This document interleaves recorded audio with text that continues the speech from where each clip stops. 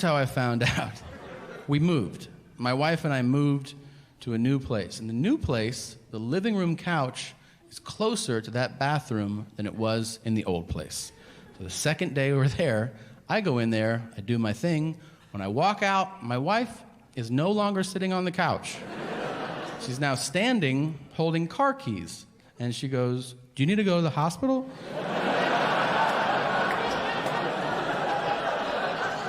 Go, "For what?" She goes, "For what just happened in there?" And I go, "What just happened in there?" She goes, "Is that normal for you?" And I was like, "I don't even remember what happened, so I guess so." She goes, "Jesus, how often do you shit like that?" And I was like, "Every day." She goes, "Oh my God, is there blood in there?" "There could be, I don't know." I just go, "Whap!" and I hit flush. She goes, "You don't look at it?" And I go, "Where am I supposed to look? It's everywhere. You want me to look at each individual piece?" "No, I paint the bowl and then I wash it away."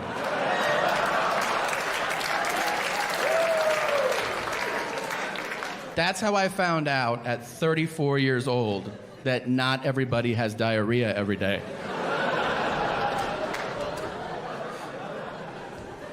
I feel like, wives have to get in one last jab, too. Because, first of all, this wasn't even an argument. This was a conversation, and she won the conversation, okay? She did. I feel horrible about my digestive system. You win. It's settled. I'm sulking on the couch. She's going to leave this day, right? And she stops at the door. She's leaving the house, and she goes, "You know you're probably going to die." And I was like, "Cool, babe. Have a good day. I'll see you when you get home." Then I start thinking about it. I'm like, maybe I am going to die. I went to the doctor that day. And I'm going to be completely honest with you. I went to the doctor, and I was like, all right, I'm just going to get a checkup, see what's going on. The honest truth is, I knew it wasn't going to be awesome, okay? I knew the doctor wasn't going to be like, you might be surprised to hear this, but you're perfect. Like, you're a perfect physical specimen, man. I knew that wasn't going to happen. But I didn't expect him to be a dick. Usually they're not. I feel like in my experience, doctors are polite, almost overly polite, where it's phony and condescending. When they go, "Oh, really interesting story you got there." Doctors do that because you're telling them a story, and doctors don't want to hear a story. Doctors want to hear, "This hurts." Not, "I was over at my friend Charlie's house, and we went to move the ottoman," and, you can use it as a coffee table, or you could use it as an ottoman. It's up to you. And your doctor's like, "I want to blow my fucking brains out right now."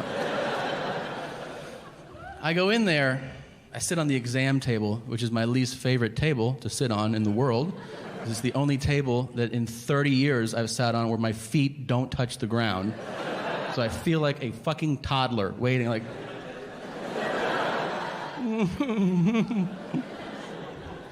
My doctor comes in. He doesn't say hello. He doesn't say good morning. He just walks in. He points at me, which is super aggressive, to start a conversation with somebody like, "Hey, man." You're like, "Hey, what's up, man?" And he goes, "Do you want something for your hair?" And I go, "What?" And he goes, "Do you want something for your hair?" And I go, "I don't get it." And he goes, "Has nobody told you that your hair's falling out?" And I was like, "Damn. No." And he goes, "Oh, sorry." Like, all right. Then he pulls my chart out of the slot, super dramatic, so that it makes a fucking noise. He goes, I'm like, and he goes, "Wow." And I'm like, "Really? Wow. Is it full-blown AIDS? Like, why is it wow?" And he goes, "You weigh 245. And I go like, "Yeah, like I knew that shit." And he goes, "You weighed 230 last time you were here. Not exactly what I would call weight loss." And I'm like, "Are we at a fucking roast or something right? Like, what are you doing?" Then he says, "You're the fattest patient I've seen all day." And I go, "It's 9:30 in the morning." And he goes, "Still." He's like, we ran your blood work. It turns out your muscle enzymes are through the roof. And I go, yeah, man, like, I'm super strong. Like, how is that a problem? And he goes, they're off the charts. I'm like, even better. I'm probably your strongest patient, man. And he goes, I don't think you understand muscle enzymes. And I go, that's true. I don't know what they are. And he goes, well, the only way you could have them this high would be like, A, if you were an Olympic athlete, which clearly, I'm like, dude, what is the deal, man? And he goes, the other way would be if you were a cocaine addict.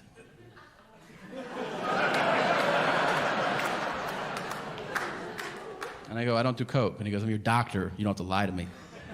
And I go, I'm not lying. And he goes, I can't treat you if you're not going to be honest. And I go, hey, man, aren't cokeheads skinny? Isn't that like part of the deal? And he goes, usually, yeah. The nurse comes in. She takes my chart out of his hands, and she goes, oh, my God. His muscle enzymes are so high. Maybe he runs marathons. And my doctor goes, look at him. So at this point, I go, this was a lot of fun. Thank you for having me today. I'm going to leave now. And he goes, all right. And he goes, hold on a second. Do you have a ring on your finger? And I go, yeah. And he goes, you're married. And I go, yeah. And he goes, to a guy? And I go, no. And he goes, oh, I thought you were gay. And I go, why? And he goes, oh. I'm like, all right, dude. And he goes, hey, I'm just kidding. And I go, that's fine. He goes, but check it out. And he takes my chart and he shows it to me, and he had written gay ? On my medical chart. The thing that gets sent to other doctors has his inside, maybe he sucks cock joke written on it.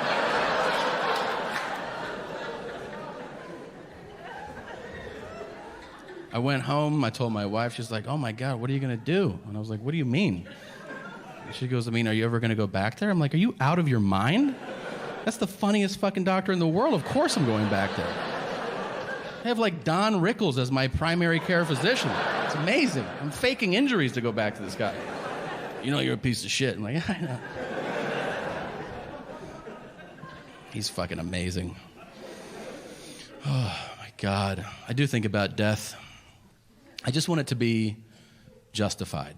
Like if I die violently, maybe I have like Serena Williams sitting on my face, and I don't know. Venus is polishing me off, and they're trying to fit a racket in my ass or something like that. Then my wife comes in, boom, and I'm like, fucking done. It's fun that way. I don't want it to be a dumb death. I feel like there's dumb deaths that they kind of subtly mock, like on the news. They do. They'll be like in local news. They'll be like, and then also coming up, a guy was trying to get a soda out of a vending machine, and then it fell on him. And they're like, and you're like, because that could happen to you. It could be like, like I would go to the fucking mall, and then I fall down the stairs, and then they send the news crew, and they're like, what happened? They interview the dumbest fucking guy, and he's like, I seen him fall, and then he don't move no more. And you're like, that's my eulogy? Thanks a lot, man. I feel like I was gonna die a few months ago. I called a car service to take me to the airport. When you're like, I got $60, let's fucking do this, right?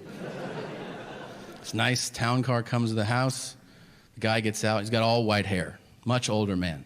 From the beginning, he makes me uncomfortable when he calls me sir. I don't know if you've ever heard a guy way older than you call you sir, and you're like, hey, man, you're like 1,000 years old. You have a couple weeks to live, maybe. How about we drop the formality, okay? I get in the car. He goes, is the temperature all right, sir? I go, it's fine. He goes, would you like a bottle of water, sir? And I go, you don't have to call me sir. You can just call me Tom. And at that moment, all of his professionalism went out the window. The very next thing he said was, you smoke weed? And I was like, I mean, yeah, sometimes. And he goes, do you want to smoke some now? And I was like, I mean, yeah. But I don't think my driver should be offering me, He doesn't miss a beat. He opens the console, he takes out a joint, he lights it, He passes it back. I hit it out of respect, right? Because he's old. And then I give it back to him, and the next thing he says is, yeah, I can't drive unless I'm fucked up. I'm like, do you hear what you just said? And he goes, yeah, I'm ripped right now. And I'm like, well, hands on 10 and 2, motherfucker. Like, keep it together. He goes, is that all you do? Smoke weed? I can handle a guy that smokes weed. He goes, well, I love it all. I'm like, what's all? That's a broad statement. He goes, I love coke. I love heroin.